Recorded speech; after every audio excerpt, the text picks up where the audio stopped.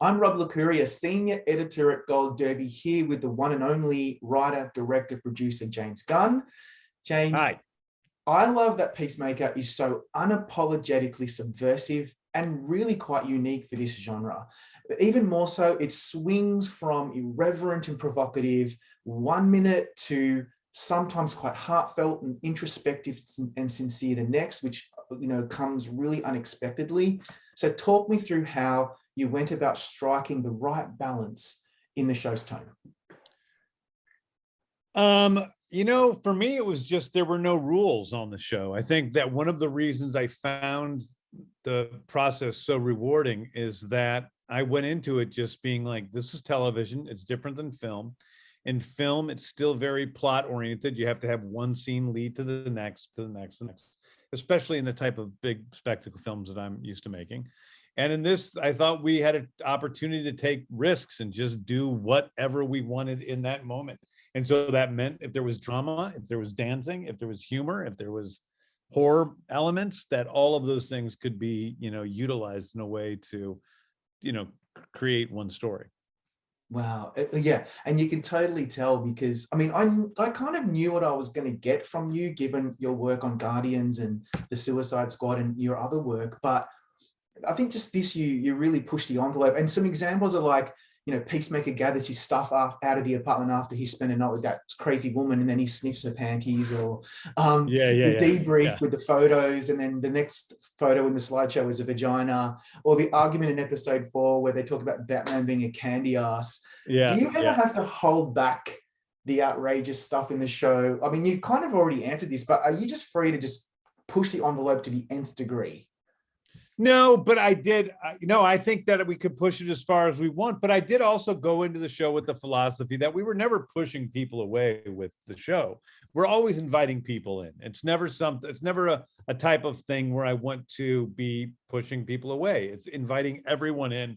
They can all come. Yes, there's offensive jokes. Yes, there's crude humor and all of that, and there's violence and all these different things. But it really was about inviting people into the show and getting them to, or at least allowing them to fall in love with these characters in the same way that I did while I was writing them.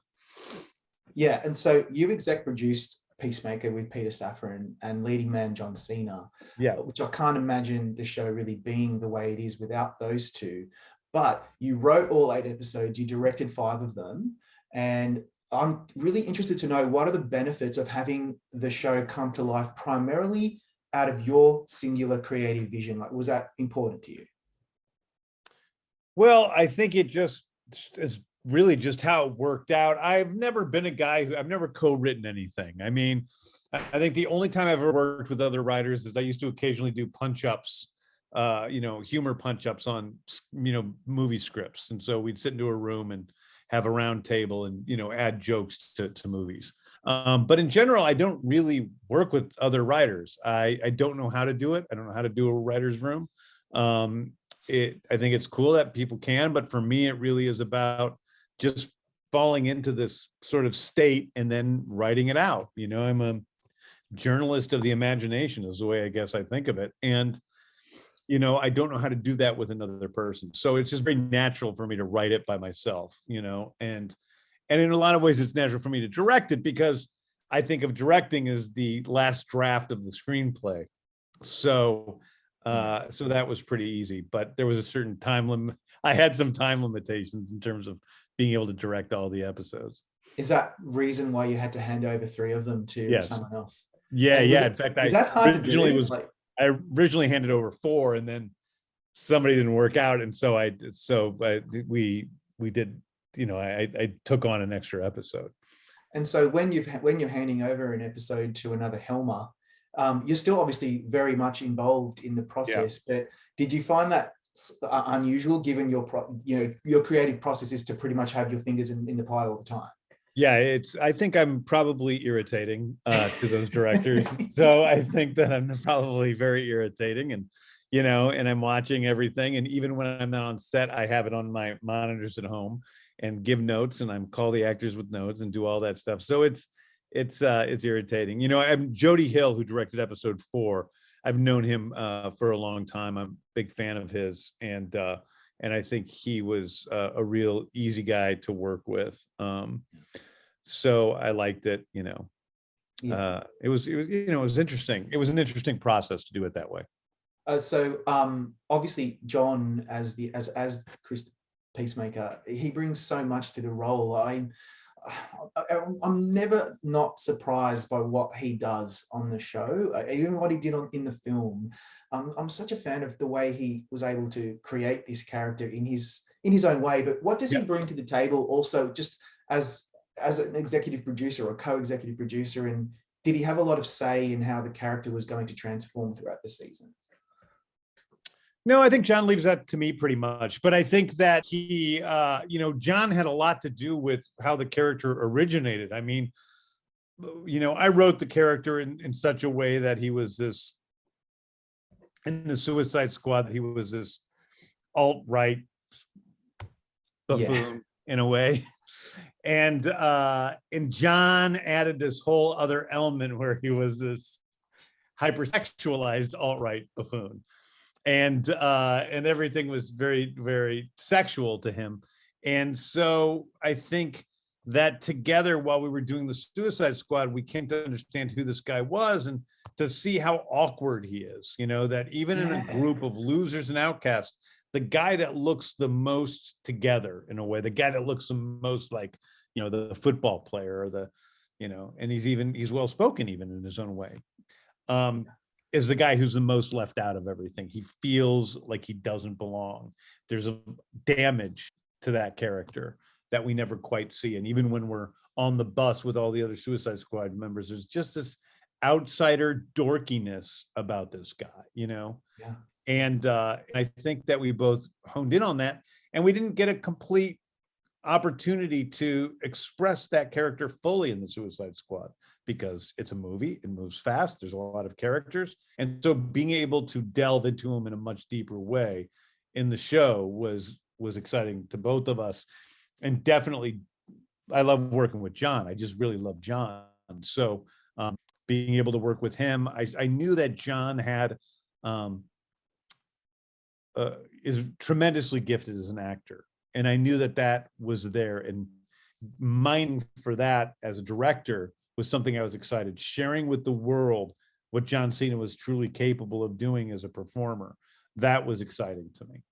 Yeah, see, I knew that he was going to be great at the action, great at the comedy, but I didn't really fully appreciate the level of vulnerability he was able to bring to this guy. He's a big, good-looking, muscly guy. He should be super confident, and he's not. And he's got a lot of issues with his father, who is the most abominable white supremacist, played beautifully by Robert Patrick. Yeah. And I just had no idea that he was, with all due respect, that he was capable of that kind of depth. Yeah. And so, I mean, you're writing a character like this.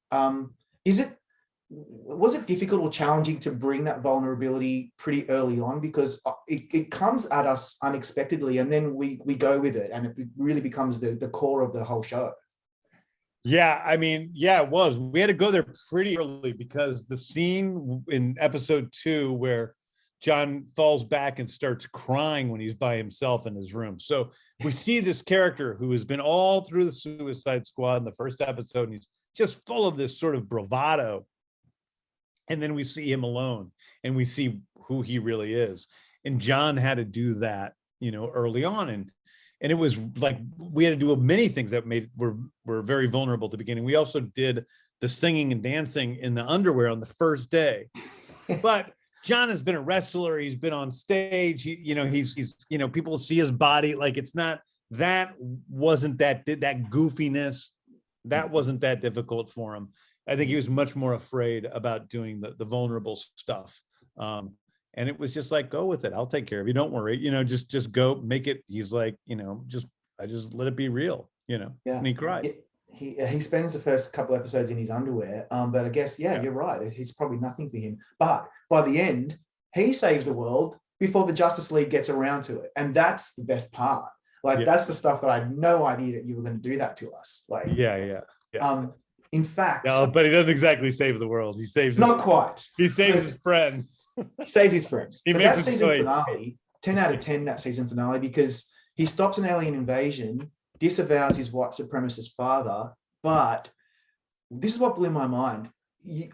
And you can correct me if I'm wrong, but there's a little bit of political statement in there about how we need to fight against those people who are disavowing science, climate change deniers, populists. I was upstanding, clapping, yes, I want more. I mean, was that fun to throw that in there? Well, I think, having political themes in the show was a part of it from the beginning. And one of the reasons why I chose to do Peacemaker. And then one, and reason to make his sort of, he has two antagonists in the show, right? And I don't mean antagonists in terms of bad guy. I mean antagonists in terms of characters he sort of, comes to blows with. And one is his father, who is his white supremacist heritage, where he was born. And the other is his character, Leota Adebayo, who is politically the opposite of him. Even in some ways, sexually the opposite of him, because she is very conservative. She's in a stable, monogamous relationship, and he is the opposite of that. So she's very much the opposite of who he is, and yet she allows him to. The dynamic between the two of them allows both of them to change and grow and learn from each other, and that friendship is at the heart of the story. But it is innately a political, relationship, because they have very, very different beliefs, and she's constantly calling him on his shit, and he's constantly bringing up, Facebook memes as proof of something being real, which is our reality we live in. Yeah. And I've gotten some like blowback that the show is like woke, and the truth is like, I don't like everything Song says at the end is nothing about that is particularly controversial. That we do have problems with climate change. They are caused by humans. 99% of all scientists agree with this. I don't know why people think they're smarter than scientists, but they do. And we have a lot of other issues in our culture with just these clashing of forces, that's just so loud, and extremist viewpoints. Yeah. It's so loud. And at the end, I think that, but it's not a political journey that Peacemaker on. It's a personal journey. So at the end of the show, when he's confronted with this thing, and he's all along, he's been saying peace at any cost, no matter who I have to kill, peace, peace, peace. But when he's really confronted with who he is as a human being, that isn't the choice he makes. He doesn't make peace. It isn't peace at any cost. He learns the values of human relationships. And so it may not be a great thing for the world at the end, but I do think it's a good the choice for Peacemaker himself as a human being is a kind of growth. Yeah, absolutely. I mean, yeah, as you say, it doesn't matter how many kids he's got, he wants that peace. But the problem is, at the end of the day, that didn't work out, and he had to find a way forward. And now we have season 2 to look forward to. Yeah. Is it too early in this stage for you to have really an idea of what season 2 looks like? Are you still thinking about it conceptually? I'm still thinking about it. I'm still working on it. I know essentially what Chris's journey is. And I know some of the other characters' journeys. I know a lot about what is going on with Adebayo and a lot with what's going on with Harcourt. But then how that manifests itself in terms of the plot is still working itself out. And I'm editing Guardians now, so it's that's I don't have that much time to spend on it. You've got a lot on. Let's put it out there. Yeah, and I want to give a shout out to Daniel Brooks as Adebayo and Freddie Stromer as Adrian. I think those two characters, the whole cast is amazing, but those two characters I really gravitated towards. What did you most value about working with this particular cast? Well, it's funny because I had never met Danielle Brooks, but I wrote the role for her. I was a fan of hers on Orange is the New Black. This is a character, Tasty. And so I just thought she would be great. I wanted to put her in a role that she wouldn't normally be cast in, which she was very excited about. And in a way, the first season of Peacemaker is sort of her origin story, I guess, where she learns who she really is, which is different than who she believes she is at the beginning. And I think that's going to have a lot of ramifications for her character moving forward. So I just love her as an actor. And then Freddie was cast. He came on late, and he's just the best. He's the greatest, and we've become, strangely enough, Freddie, me, and Danielle, and Jen, who plays Harcourt, all live in Atlanta most of the time. So we hang out all the time with us. That'd be a really fun dinner to listen in on. You know what? Everybody wants to talk about opening credits. I wasn't even going to bring it up because I'm always trying to be a little different. But I will say this: I never skip them. I focus on a different character every time, and I always look forward to eagerly missing his mark at the end. Yeah, that's my favorite part. What was the funniest thing that happened on the day that you shot that sequence, if you can recall? I don't there was nothing. I mean, I was just really delighted with the way things were going. There wasn't anything too funny. The reason I remember the day is because it was the day that Marvel allowed me to hire Chukwudi as the main villain in Guardians 3. So I got to tell Chuck that while we were shooting, and he was really just like so excited because he had screen tested, and I was, really wanted him to be that role. And so I got word that it was all good. And so that's actually the main thing I remember from that day. But the dancing was great, and it came together pretty fluidly. It was pretty quickly. Didn't have to. I was afraid it was going to take forever. Robert Patrick's hilarious because he's just he's not, dancing is not his thing. And he's fun to watch because he's always a little bit behind. He just focuses on Jen, who's definitely the best dancer. Yeah. And it was just a very joyful day. We shot in like this high school auditorium, so it was fun. It's probably the best title sequence that I've seen in a long time, and the Robert Patrick hip thrusts are unsettling and also extremely hilarious. So obviously it reminds me that you're one of two, I think, that have straddled both DC and the MCU, and so production's wrapped on Guardians 3. So, and you've got the holiday special coming out end of the year. I'm dying to see that. So how's that all going with post-production on Guardians 3 at the moment? It's great. I mean, the Christmas special is a blast. It's very goofy and very different. And then it's very different from Guardians 3, which is much more of an emotional journey. We're coming to the end of the story for these characters. And so it's sad and it's serious in a lot of ways. And I loved doing it. And now it's just putting it together. And it's a massive, massive film, the third Guardians. The Christmas special is basically it's done with the exception of not the visual effects, but everything else is pretty much done. Yeah, I'm looking forward to that coming out on Disney Plus. I mean, I was going to be cheeky and just say, can you just tell us everything about Guardians 3? But I guess you just laugh at me, so I won't.